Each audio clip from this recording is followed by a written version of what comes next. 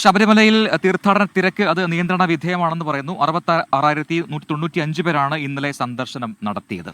Spot booking വഴി എത്തുന്ന തീർത്ഥാടകരുടെ എണ്ണത്തിൽ വർധനയുണ്ട്. YS അഭിനന്ദാണ് സന്നിധാനത്ത് നിന്ന് ചേരുന്നത്. Abhinand, very very very good morning. എന്തായാലും ഈ തിരക്ക് നിയന്ത്രിക്കുന്നതിൽ അവിടെ വളരെ ഉപകാരപ്രദമായ ഒരു സംവിധാനമുണ്ട്, അത് കൃത്യമായി പ്രവർത്തിക്കുന്നുണ്ട്. തീർത്ഥാടകരുടെ സ്പോട്ട് ബുക്കിംഗ് ഇന്നും കൂടുതലാണെന്ന് മനസ്സിലാക്കുന്നു. ഇന്നത്തെ വിവരങ്ങൾ. Good morning Christina and Prajin. എന്തായാലും ശബരിമല തീർത്ഥാടന കാലം അതിന്റെ 20-ാം ദിവസത്തിലേക്ക് കടക്കുകയാണ്. ഇന്നലെ ഒരു ചെറിയ കുറവുണ്ടായിരുന്നു തീർത്ഥാടകരുടെ എണ്ണത്തിൽ. ഇന്ന് വീണ്ടും അത് തീർത്ഥാടകരുടെ എണ്ണം വർദ്ധിക്കുന്ന സാഹചര്യമാണുള്ളത്. ഇതുവരെ 20,000 കടന്നിരിക്കുകയാണ്. 6 മണിവരെയുള്ള കണക്കുകൾ പ്രകാരം 20,000 വരെ കടന്നിരിക്കുകയാണ്. പക്ഷേ ഇന്നലെ 66,236 ഭക്തജനങ്ങളാണ് ആകെ ദർശനം നടത്തിയത്. ശരാശരി കണക്കുകളുമായിട്ട് താരതമ്യം ചെയ്യുമ്പോൾ അത് കുറവാണ്. എന്തായാലും പരമ്പരാഗത കാനനപാത വഴി എത്തുന്നതോടുകൂടി തീർത്ഥാടകരുടെ എണ്ണം വർദ്ധിക്കുമെന്ന് തന്നെയാണ് ദേവസ്വം ബോർഡിന്റെയും പോലീസിന്റെയും ഒക്കെ വിശ്വാസം.